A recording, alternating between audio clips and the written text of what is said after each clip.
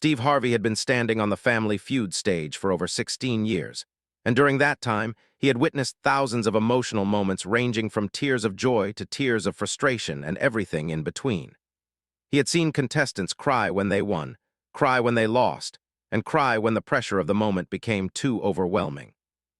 But on that mild February afternoon in 2025, he would witness tears that carried a weight and significance unlike any he had encountered before. What began as a seemingly routine game would transform into a moment so profoundly moving that every single person in the studio, from the production crew to the audience members to Steve Harvey himself, would be brought to tears. The emotional power of one woman's grief would create a silence so complete and a connection so deep that it would remind everyone present of the fragile nature of life and the enduring strength of love in the face of unimaginable loss. If you appreciate stories that honor the resilience of the human spirit and the power of family love in the face of tragedy, please take a moment to like this video and subscribe to our channel. Your support helps us continue sharing stories that celebrate courage, compassion, and the bonds that sustain us through life's most difficult moments. The Bennett family from Nashville, Tennessee, stood ready to compete against the Foster family from Memphis, Tennessee. The Bennett family presented themselves with a quiet dignity that Steve noticed immediately upon their introduction. Thomas Bennett, age 62, had spent 40 years working as a high school history teacher in the Nashville public school system, shaping the minds of countless students and earning a reputation as an educator who genuinely cared about the young people in his classroom. Standing beside him was his wife, Grace Bennett, age 60, who introduced herself as a former pediatric nurse who had recently retired after 35 years of caring for sick children and supporting their families through medical crises. Their daughter, Rachel, age 35, worked as a social worker specializing in grief counseling and family therapy. Their son, Daniel, age 32, was an architect who designed community centers and public spaces. Completing the family was Thomas's sister, Elena, age 58, who taught music at a local elementary school and directed the children's choir at her church. From the moment the Bennett family was introduced, Steve Harvey sensed something different about their energy. They were warm and gracious, greeting him and the audience with genuine smiles, but there was an underlying sadness in their eyes, a heaviness that suggested they were carrying a profound grief. Grace in particular seemed fragile, her smile not quite reaching her eyes, her hands occasionally trembling slightly as she stood waiting for the game to begin. Steve had learned over his years of hosting to trust his instincts about families, and his instincts told him that the Bennetts had recently experienced something deeply painful. The game began with the traditional face-off between the two families. Steve read the question with his characteristic energy and timing. We surveyed 100 people. Top 6 answers on the board. Name something families do to stay connected. Thomas buzzed in first and answered thoughtfully, share meals together. The answer was on the board at number 2 with 26 points. The Bennetts chose to play, and the family moved into position along the playing board. Rachel was next in line. Steve approached her with his microphone and asked for another answer. Rachel thought for a moment before responding, create traditions and rituals that bring everyone together. The answer revealed itself on the board at number 4 with 18 points.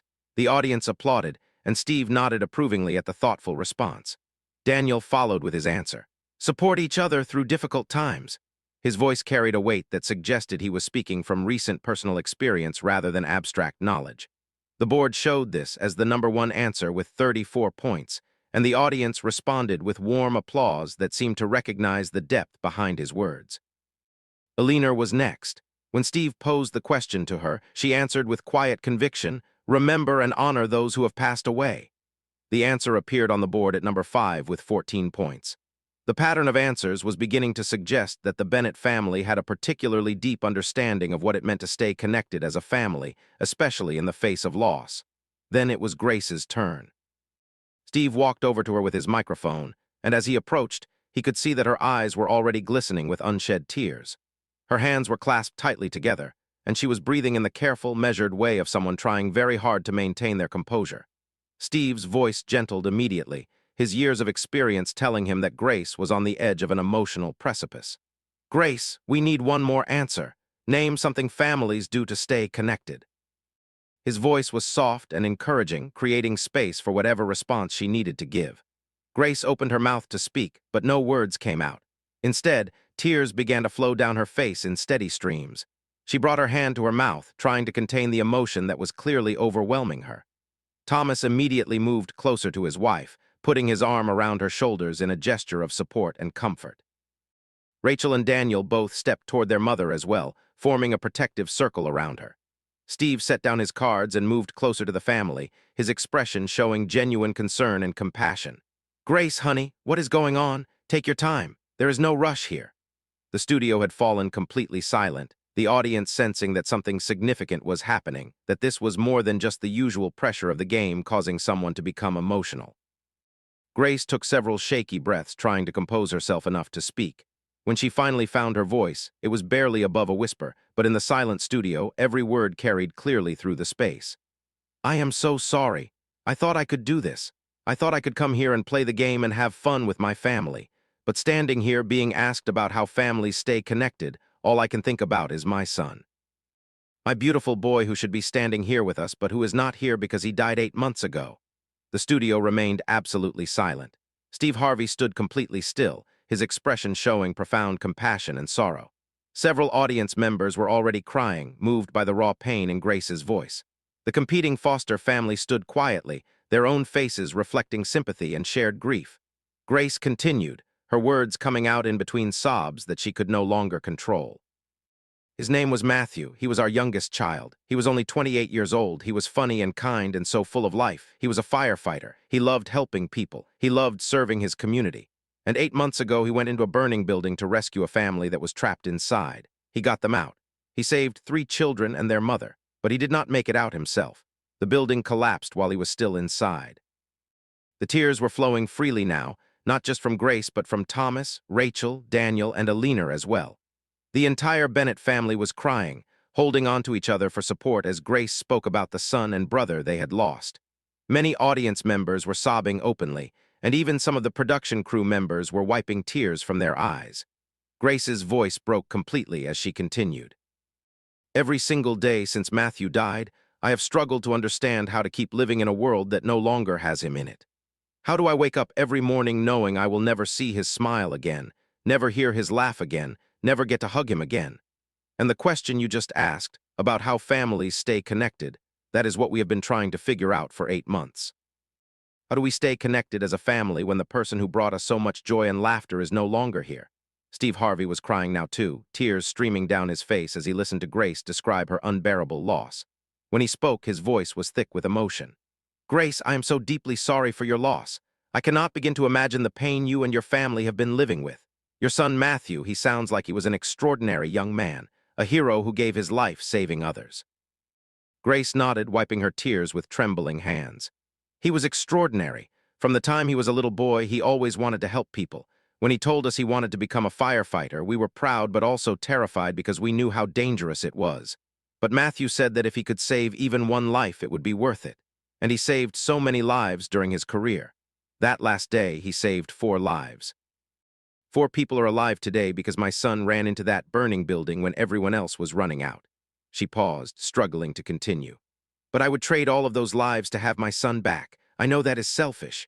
I know those people deserve to live. I know their families love them just as much as I loved Matthew. But I am his mother, and all I want is to hold my child again. All I want is one more conversation, one more hug, one more chance to tell him how much I love him." The honesty and rawness of Grace's grief had created an atmosphere in the studio that transcended the usual boundaries of a game show environment. This was no longer entertainment. This was a sacred moment of shared human experience, of collective witnessing of profound loss and love.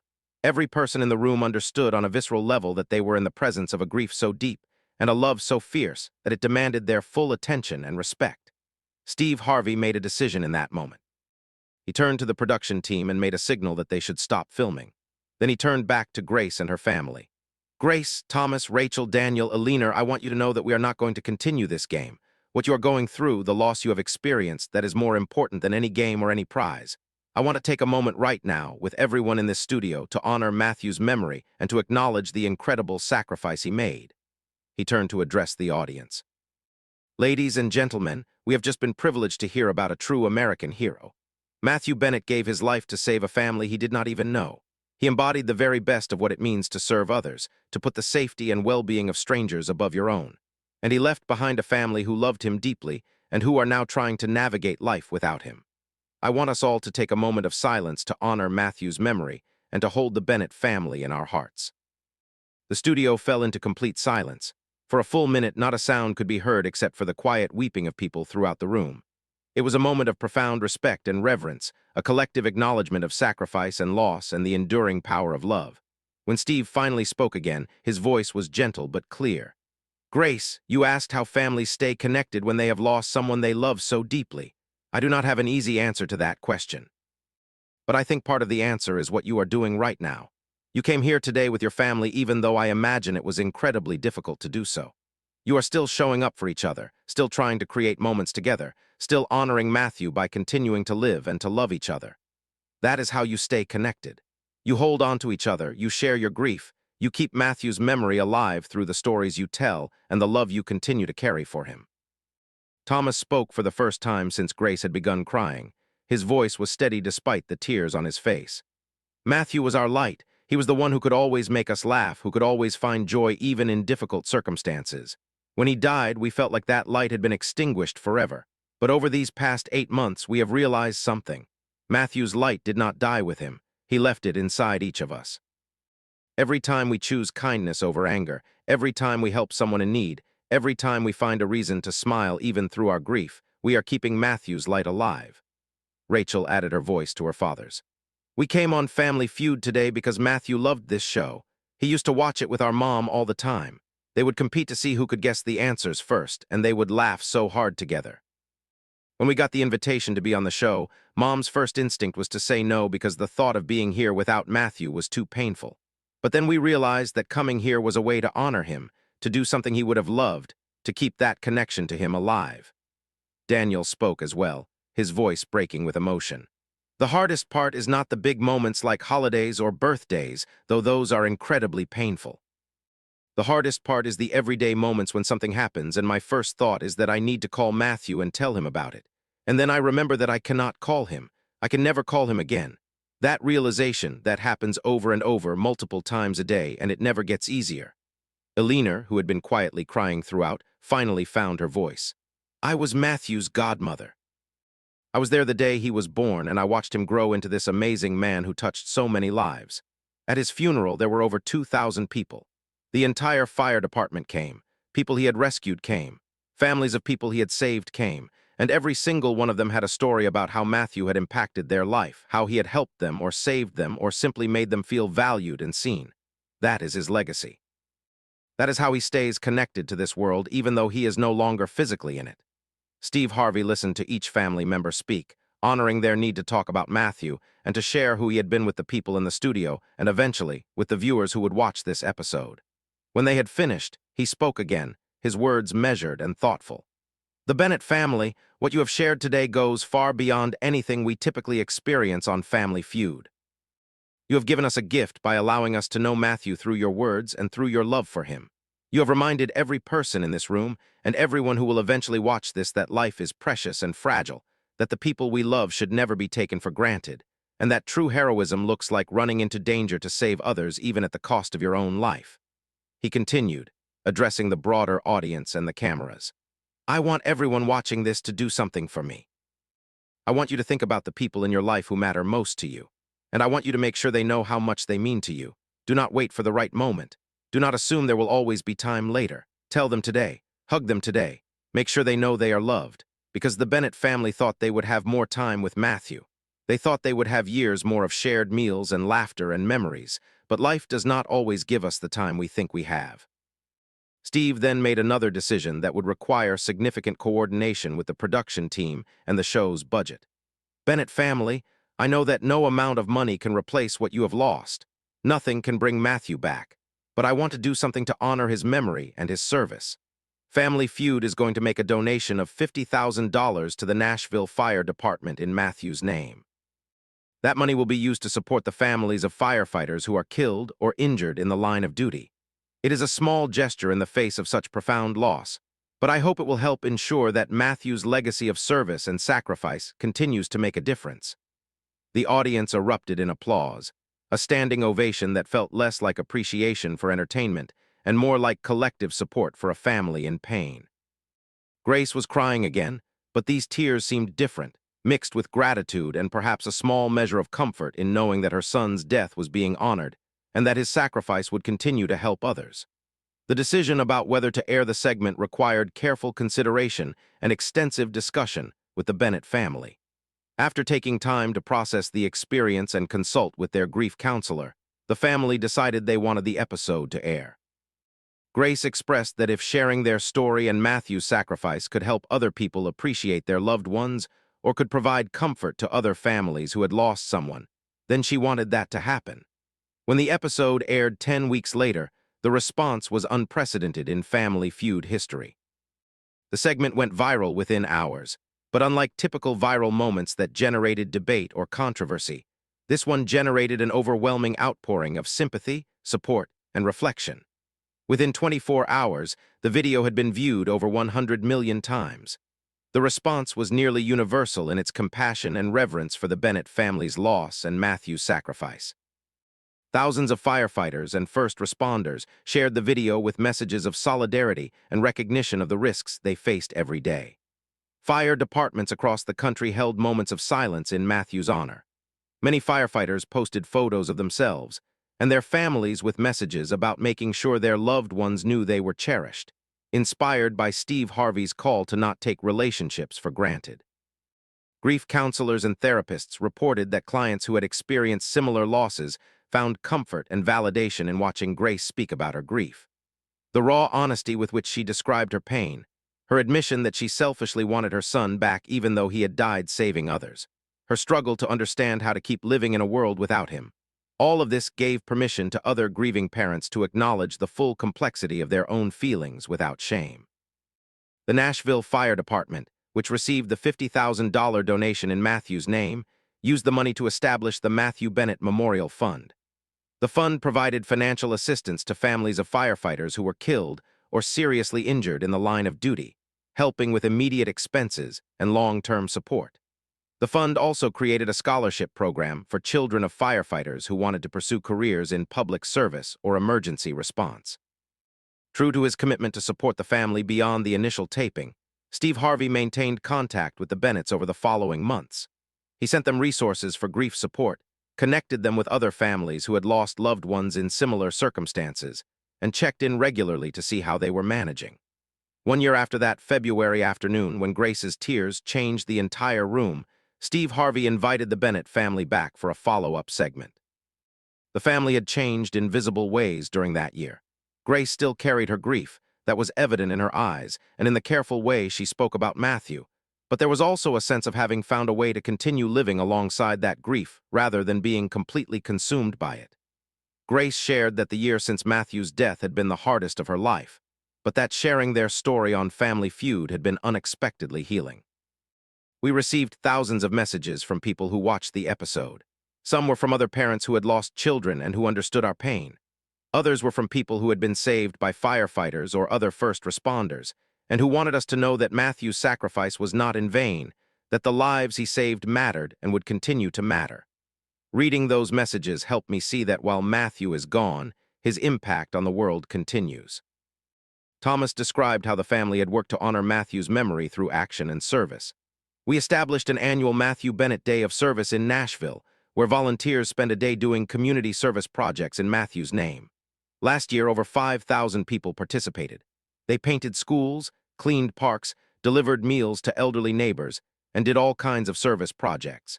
It was Matthew's spirit of helping others manifested through thousands of hands and hearts.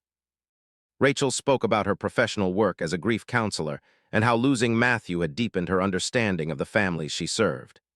I thought I understood grief because I worked with grieving families every day, but experiencing it myself taught me that grief is not something you get over or move past. It is something you learn to carry, something that becomes part of who you are. Matthew's death changed me fundamentally, but it also made me a better counselor because I can now sit with families in their pain with true understanding rather than just professional empathy. Daniel described creating a memorial design project in Matthew's honor. I designed a memorial garden for the Nashville Fire Department that honors all firefighters who have died in the line of duty. The garden includes a wall with the names of every Nashville firefighter who has made the ultimate sacrifice, and at the center is a sculpture representing courage, service, and love. The garden opened 6 months ago, and it has become a place where families like ours can go to remember and to find some peace. Eleanor shared that she had written a song in Matthew's memory, and that her children's choir had performed it at multiple events honoring first responders. Music has always been how I process difficult emotions. Writing Matthew's song was painful but also cathartic. When I hear the children singing it, I feel like Matthew's spirit is being carried forward through their young voices and through the message of courage and service that the song conveys. The follow-up segment also included updates on the Matthew Bennett Memorial Fund and the impact it had made over the past year. The fund had already provided assistance to 6 families of fallen firefighters and had awarded 4 scholarships to children of firefighters. The fund had also grown significantly through donations from people who had watched the original Family Feud episode and wanted to contribute to Matthew's legacy. Steve Harvey reflected on the impact that Grace's tears and the Bennett family's story had made on him personally. I have been doing this show for a long time, and I have been blessed to meet thousands of families. But the Bennett family and their story about Matthew changed me. It reminded me of what truly matters in life. It reminded me to be grateful for every day I have with the people I love. It reminded me that heroism is not just something we see in movies. It is something that exists in fire stations and police departments and hospitals and communities all across this country, embodied by people like Matthew who put others before themselves. He continued, speaking directly to the family. Grace, you asked a year ago how families stay connected when they have lost someone they love. I think this past year has shown us the answer. You stay connected through memory and through love and through service. You stay connected by keeping Matthew's spirit alive through the work you do and the lives you touch. You stay connected by allowing your grief to coexist with joy, by honoring Matthew not just through tears, but also through laughter and celebration, and continuing to live fully even as you carry the weight of his absence. The Bennett family story became integrated into grief support programs and first responder family support networks across the country. The segment was used in training for grief counselors to help them understand the complexity of grief following traumatic loss. It was shared in fire academies and police academies as a reminder of the impact that first responders have on their families and communities and the sacrifices their families make alongside them. The family also participated in advocacy work aimed at improving support for families of fallen first responders. They worked with legislators to strengthen benefits and support systems for these families and to ensure that the sacrifices of people like Matthew were appropriately recognized and honored. 5 years after that February afternoon, when Grace's tears silenced an entire studio, the impact of that moment continued to resonate. The Bennett family had found a way to live with their grief while also finding purpose and meaning in honoring Matthew's legacy. They had transformed their private pain into public service, using their experience to help other families navigate similar losses and to ensure that first responders and their families received the support and recognition they deserved. Grace described the journey of grief as one that never truly ended, but that did evolve over time. I will carry the pain of Matthew's loss for the rest of my life. There will never be a day when I do not wish I could see him again, talk to him again, hold him again. But I have also learned that I can carry that pain while simultaneously carrying love and joy and gratitude. Matthew would not want me to stop living because he died.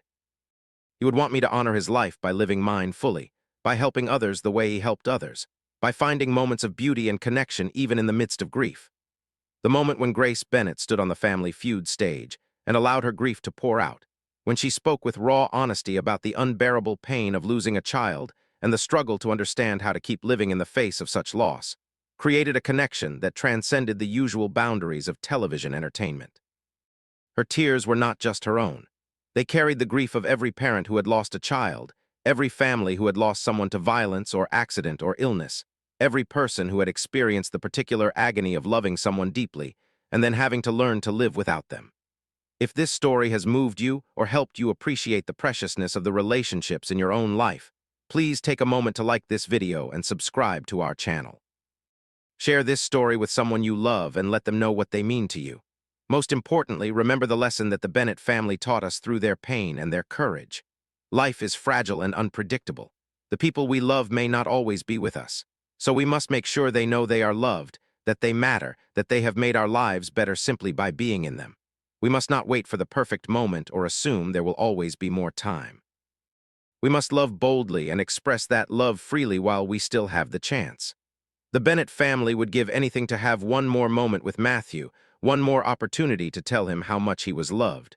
We still have that opportunity with the people in our lives. We must not waste it.